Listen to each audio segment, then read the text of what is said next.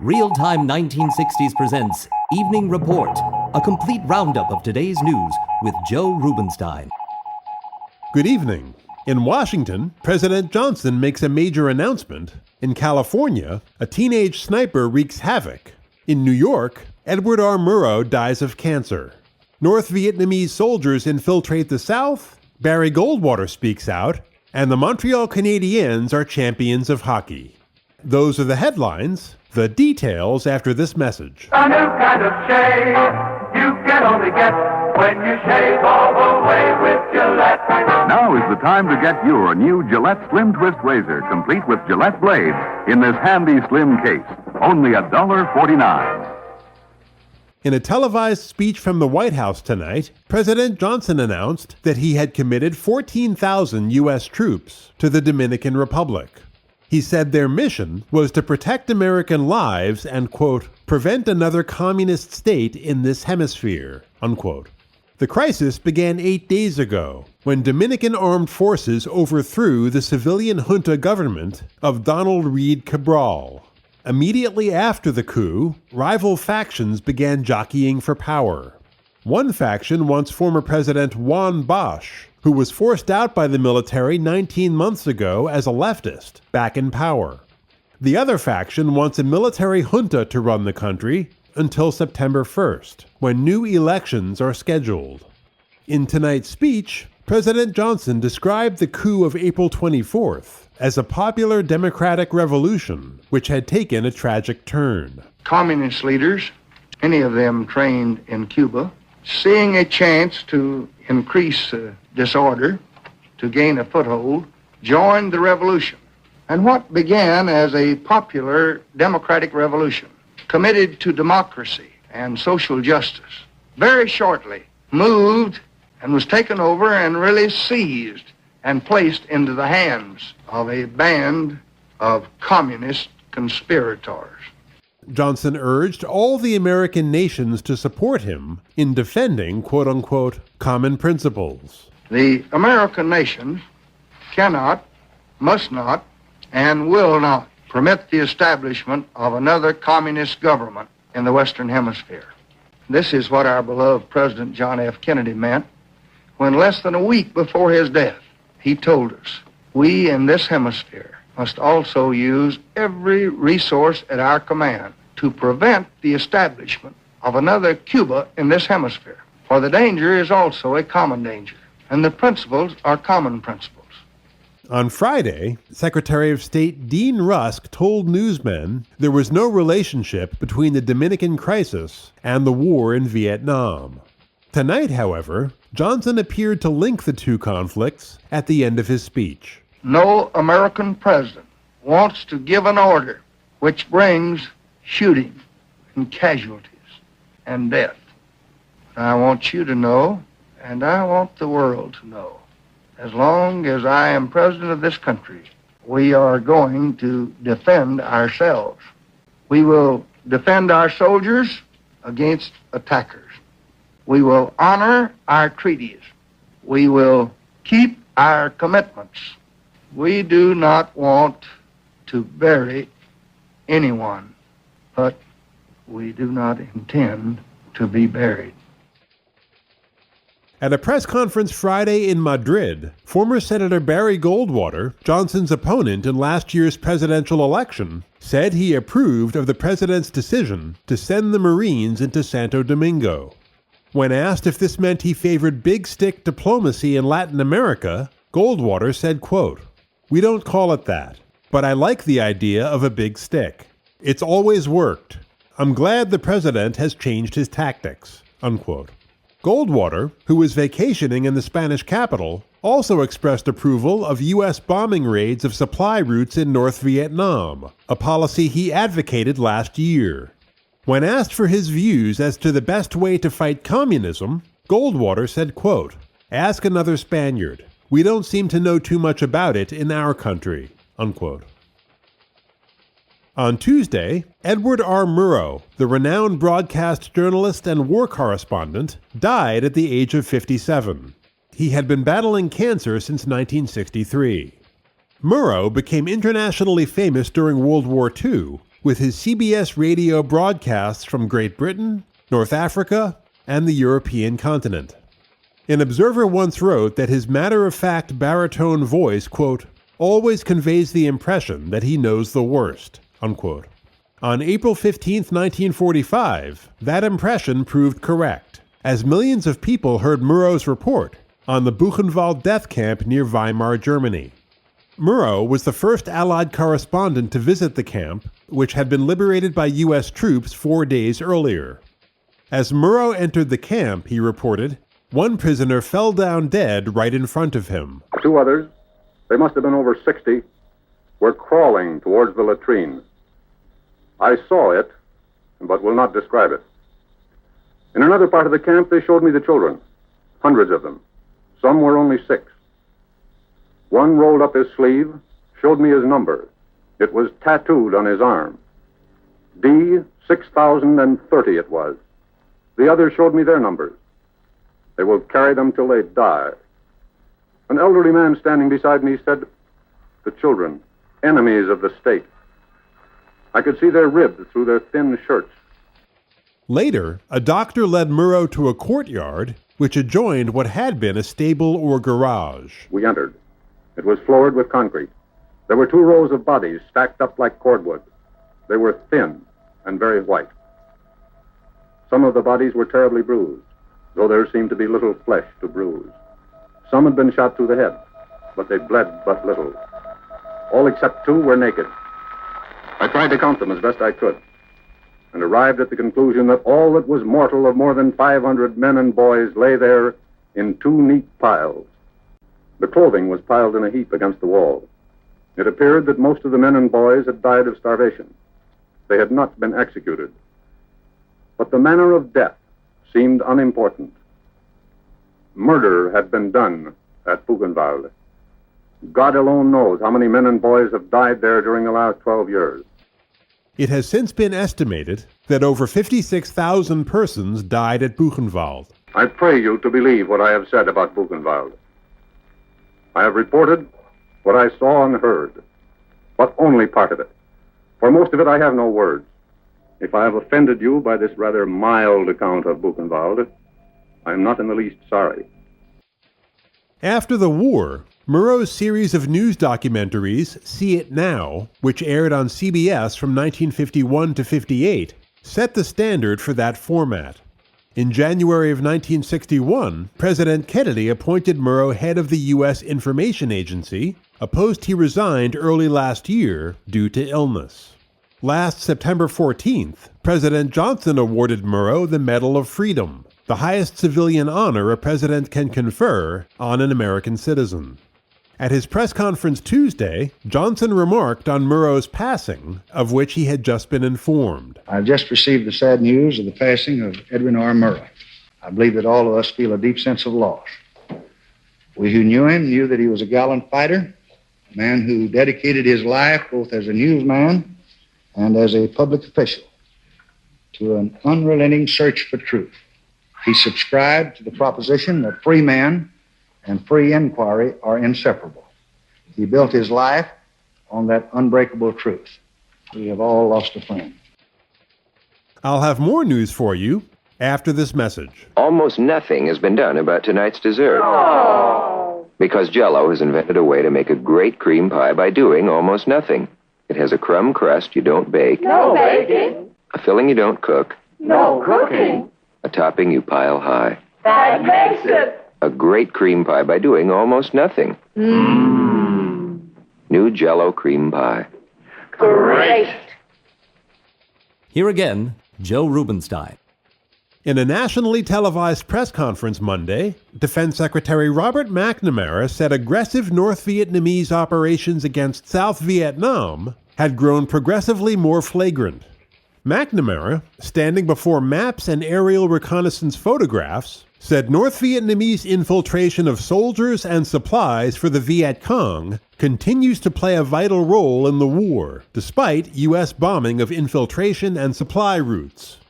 However, he said the airstrikes had impeded the insurgency and would continue as necessary. He said extreme care had been taken to avoid civilian casualties in Vietnam, adding, quote, "To the best of our knowledge, there have been few, if any," unquote. As evidence of a Viet Cong manpower shortage, McNamara pointed out that a battalion-sized regular army unit from North Vietnam had recently been identified in the southernmost region of South Vietnam. I think it's primarily significant in indicating that the North Vietnamese have used up or dried up the source of individual fillers who could be recruited, trained, and sent back to fight in South Vietnam, and that they're now having to call upon the regular units of their forces for that purpose. And this is understandable. I believe I'm correct in saying that in the past 4.5 years, the Viet Cong, the communists, have lost 89,000 men killed in South Vietnam. Now, not all of these men have been infiltrated from the north, but an important number have been. And with that, plus the expansion of the Viet Cong forces in the south, you can see the heavy drain upon the filler resources of the north and the reason why they are having to turn to their regular military units to continue the supply of men over these infiltration routes, a supply that's absolutely essential to them if they are to offset the continuing casualties. McNamara's report served as a prelude to President Johnson's news conference the following day, which Johnson began with a statement on the escalating war in Vietnam. When our destroyers were attacked in the Gulf of Tonkin, as you'll remember last summer, we replied with a single raid. For the next 6 months, we took no action against North Vietnam. Their answer was attack and explosions and indiscriminate murder. So it soon became clear that our restraint was viewed as weakness, and therefore we began to strike back. But America has not changed her essential position, and that purpose is peaceful settlement. That purpose is to resist aggression. That purpose is to avoid a wider war. Later in the conference, he was asked if this country was losing friends around the world with its policy in Vietnam, a kind of falling domino theory in reverse. I'm not concerned with any friends that we've lost. Following my Baltimore speech, I received from our allies almost universal approval. Our enemies would have you believe that we are following policies that are ill-advised, but we're following the same policies in Asia that we followed in Europe, that we followed in Turkey and Greece and Iran. We are resisting aggression, and as long as the aggressors attack, we will stay there and resist them, whether we make friends or lose friends. Johnson was asked to respond to critics who support the U.S. presence in South Vietnam, but object to the bombing raids in North Vietnam. There's no blood in a bridge made of concrete and steel. But we do try to take it out so that people cannot furnish additional troops and additional equipment to kill the people of South Vietnam and to kill our own soldiers. There are not many civilians involved in a radar station, but we do try to make it ineffective so that they cannot plot our planes and shoot our boys out of the skies. There are not many individuals involved in an ammunition dump. But we have tried to destroy that ammunition so it would be exploded in North Vietnam and not in the bodies of the people of South Vietnam or our American soldiers. I do sometimes wonder how some people can be so concerned with our bombing a cold bridge of steel and concrete in North Vietnam, but never open their mouth about a bomb being placed in our embassy in South Vietnam.